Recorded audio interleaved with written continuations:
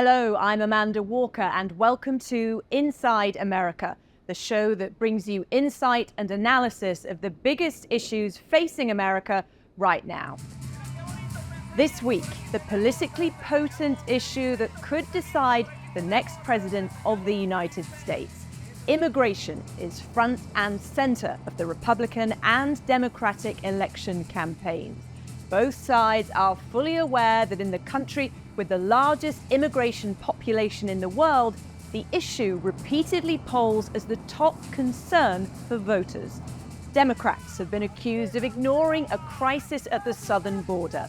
In her reintroduction to voters, Kamala Harris is toughening her position on illegal immigration. As president, I will bring back the border security bill that Donald Trump killed, and I will sign it into law. This is America's border czar. The Trump campaign has dubbed Harris a failed border czar, a role she was never actually given, to frame the Democrats as soft on immigration. As border czar, Kamala threw open our borders and allowed 20 million illegal aliens to stampede into our country. Coming up, we'll explore what immigration looks like when it actually works. This town over the years has become one of the most diverse places in the state and around the world. We'll also sort out the facts from the fictions about the state of America's immigration system. Immigration equals less crime. That's evidence for that in the US for at least 100 years.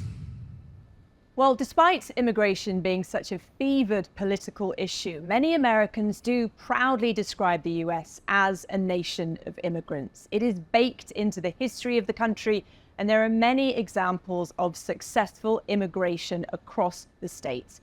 The city of Harrisonburg, Virginia, has a unique and long-established reputation for being particularly welcoming to immigrants. We traveled there to find out if that's still the case at a time when nationwide Americans appear to be increasingly supportive of tougher immigration policies.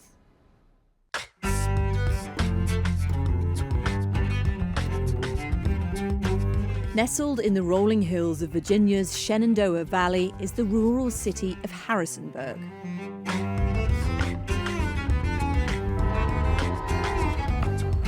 The 53,000 residents include Hondurans, Iraqis, Ethiopians and Ukrainians, to name just a few.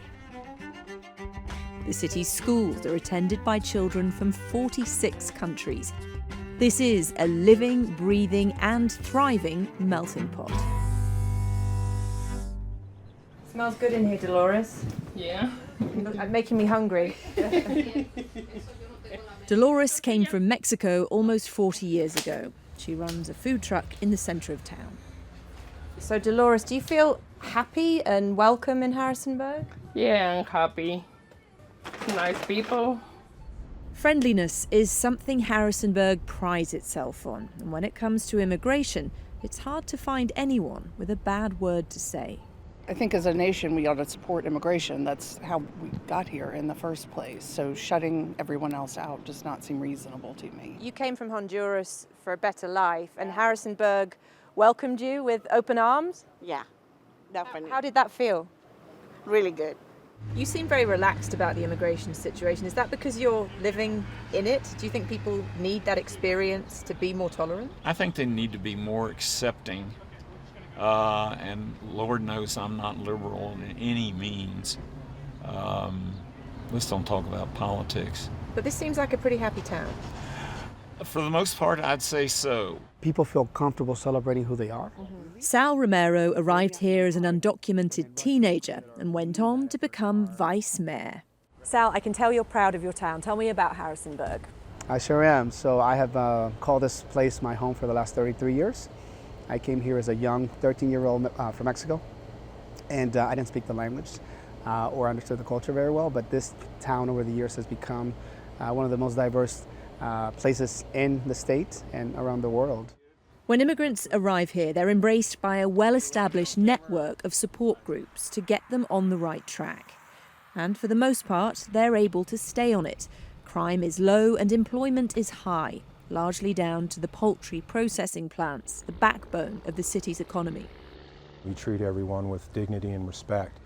Local Republican Rick Nagel's message is pretty different from that of his boss. So you talk about the success of what's happening in Harrisonburg being about inclusivity, yet you've got Donald Trump, your party's candidate, essentially saying you're not welcome, that they should be feared.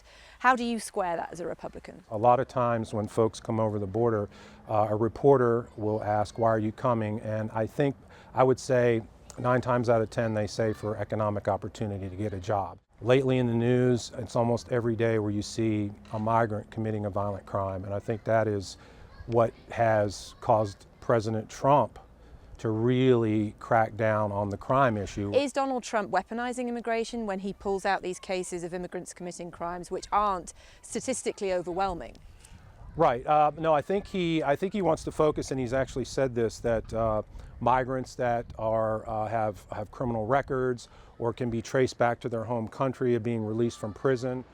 The fear that's so often part of the national discourse on immigration just doesn't seem to be felt here.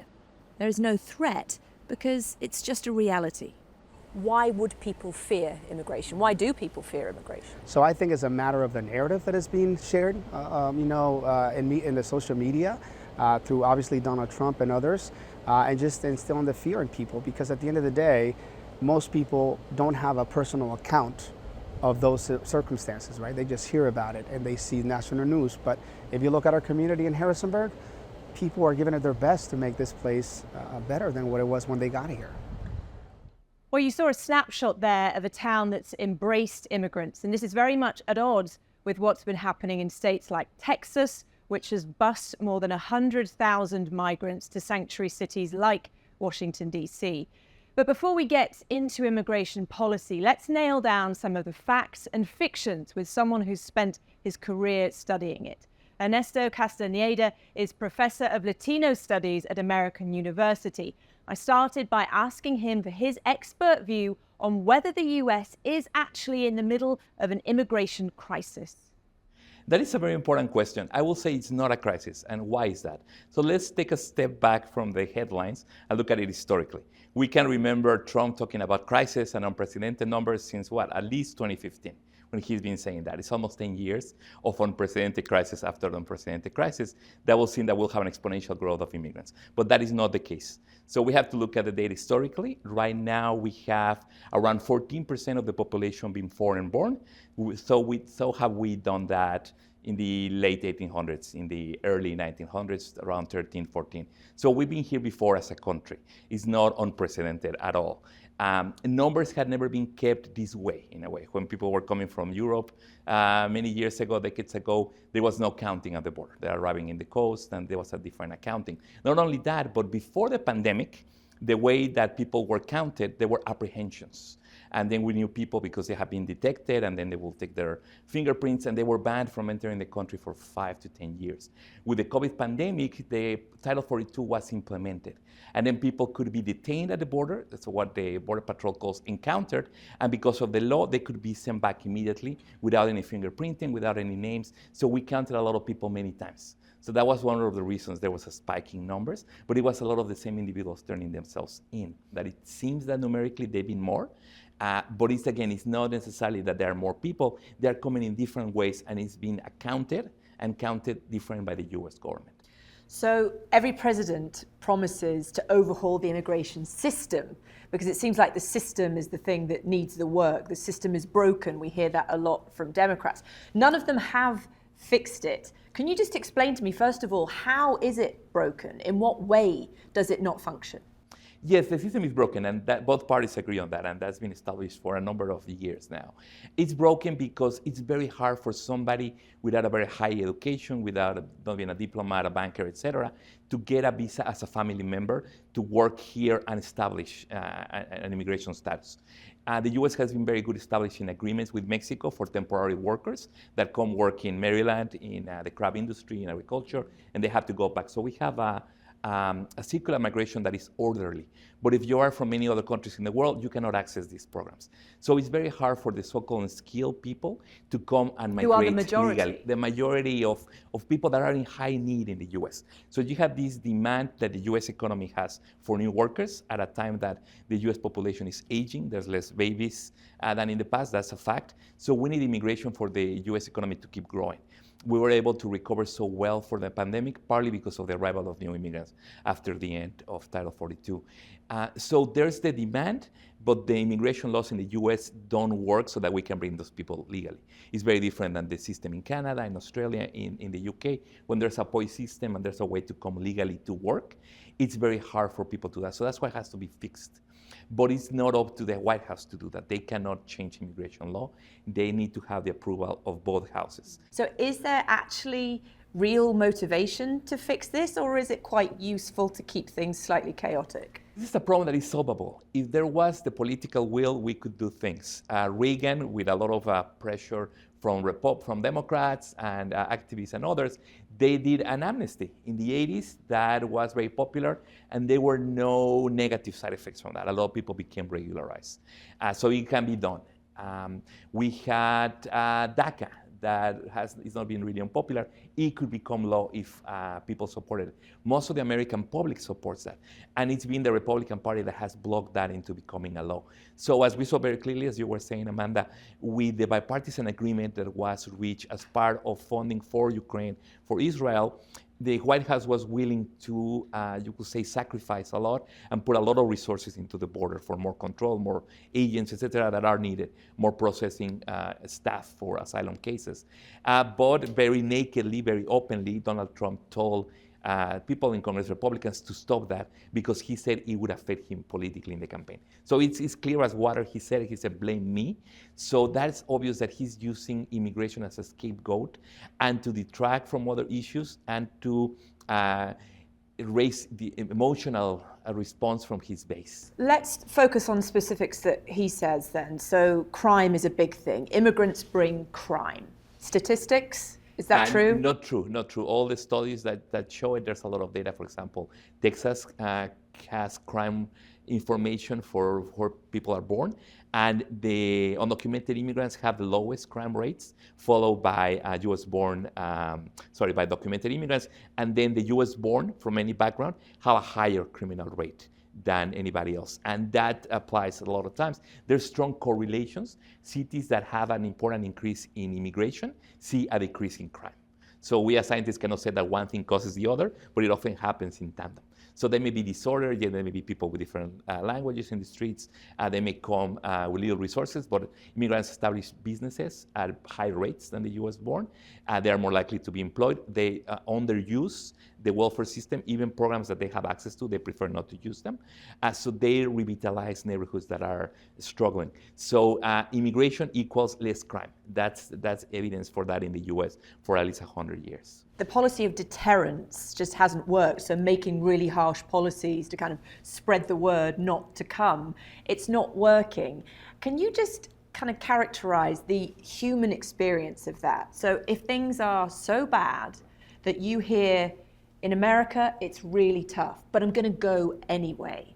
I mean, why do people keep coming, even though these harsh policies keep getting put in place? Yes, the research by me and many colleagues shows that deterrence doesn't help. So it's not about Kamala Harris or somebody else saying don't come, or people thinking that they can come because such and such president was elected or is going to be elected. We hear those accounts by some people, but in reality, most people don't want to leave their homes.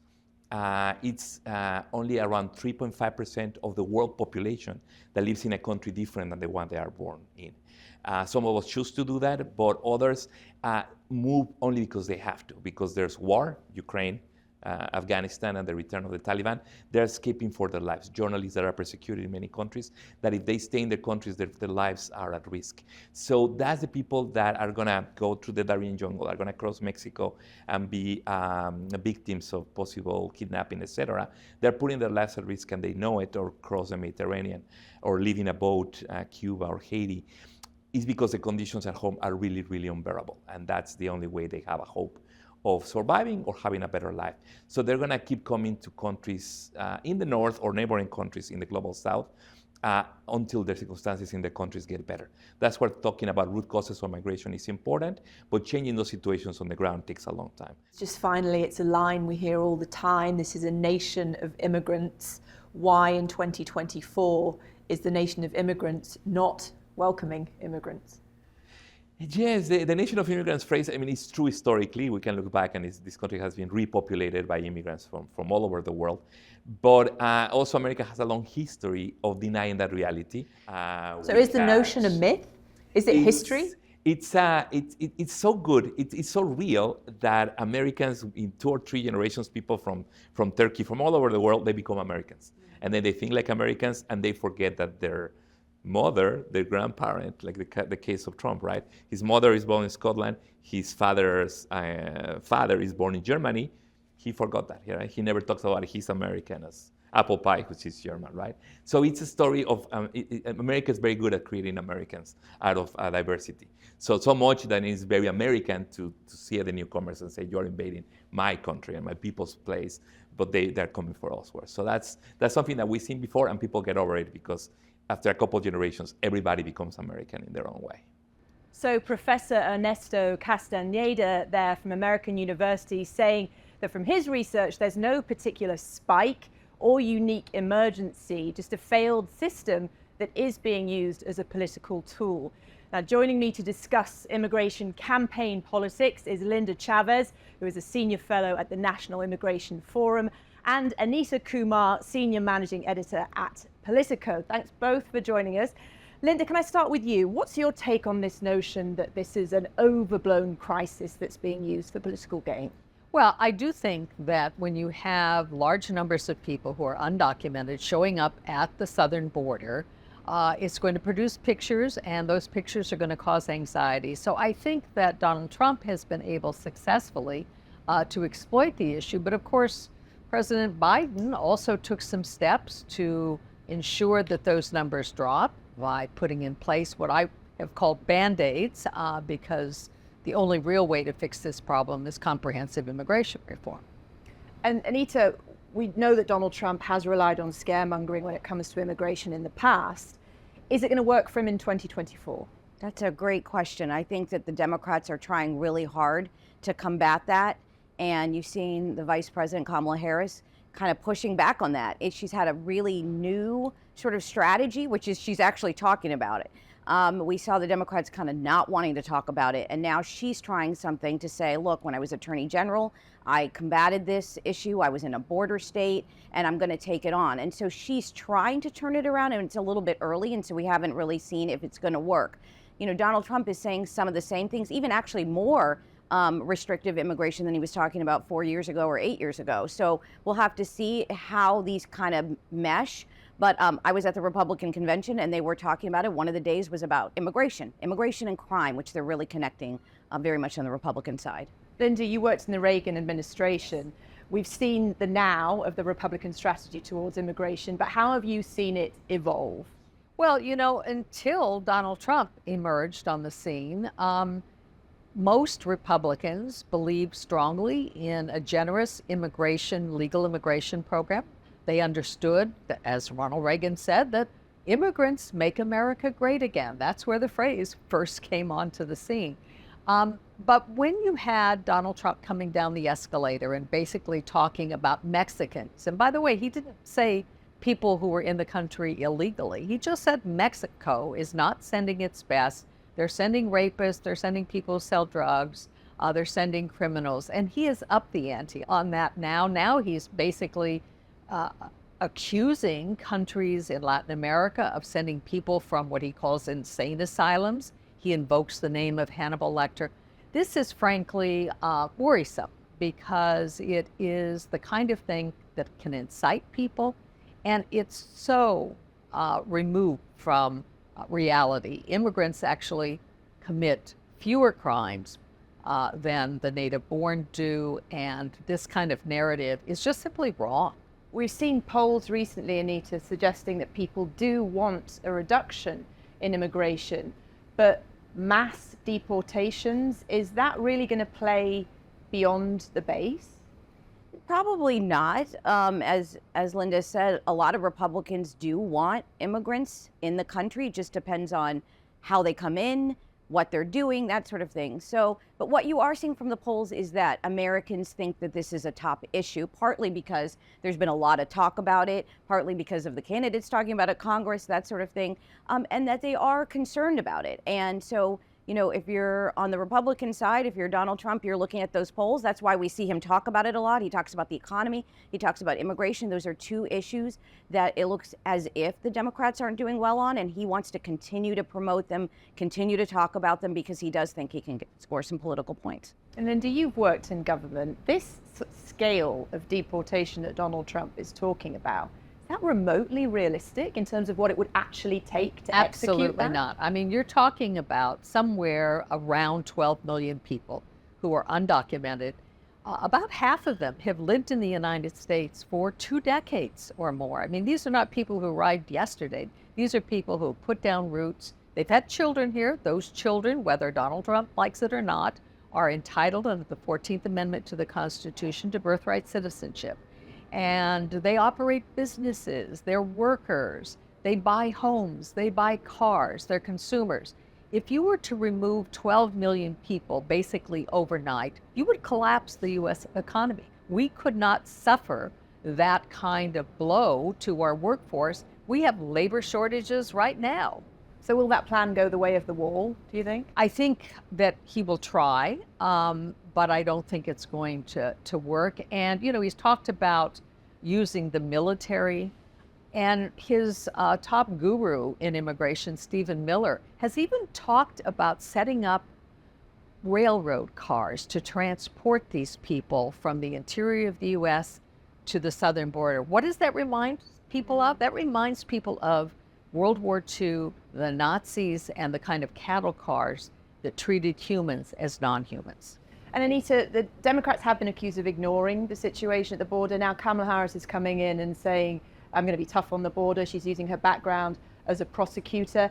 Is it too little too late, or do you think the idea that the Democrats could be tough on immigration is going to sink?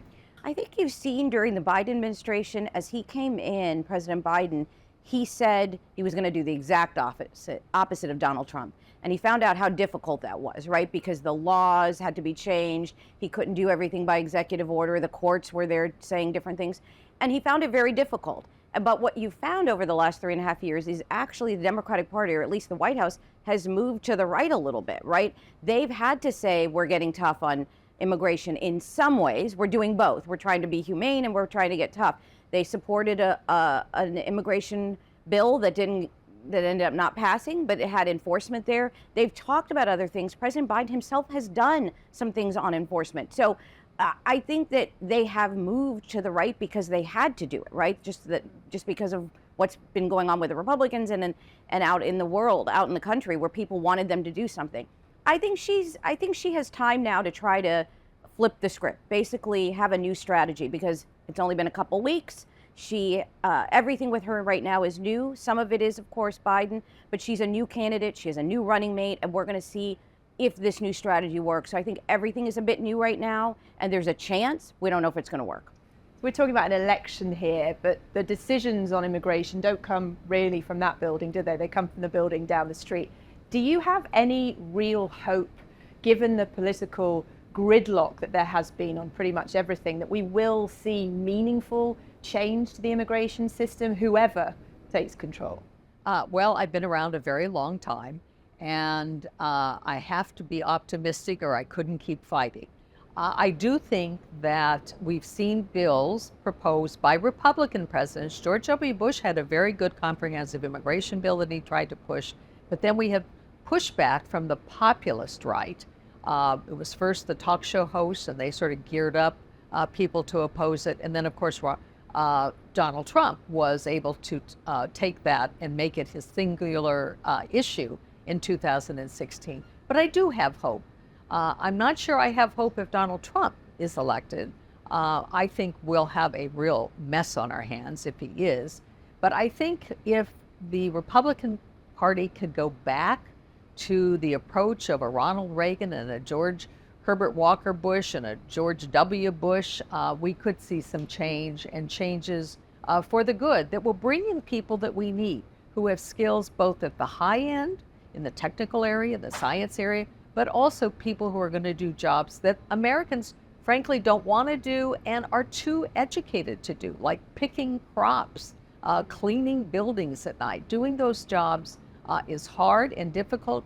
They are the first rung on an economic ladder for immigrants, and we need those people to do those jobs. Anissa, just briefly, do you see meaningful change She's on the more horizon? I'm smiling because she's more optimistic than I am. I mean, we've both seen, you know, president after president, Democrat, Republicans say they're going to tackle it, and I believe that they all want to tackle it in some fashion, whatever that is, and it's very difficult for Congress to act on this for political reasons, logistical reasons, getting something done, and I certainly don't see anything happening in the next 6 months, but I'm very skeptical that it's going to happen in the next term, whoever wins. It's just very hard for Congress to pass something, and we've seen that for decades now.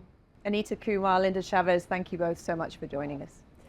So you're going to hear a lot more about who's tougher on immigration in the coming months. Running mates are now at the ready in the Trump-Harris battle, which is in full swing. Join us for more next time on Inside America.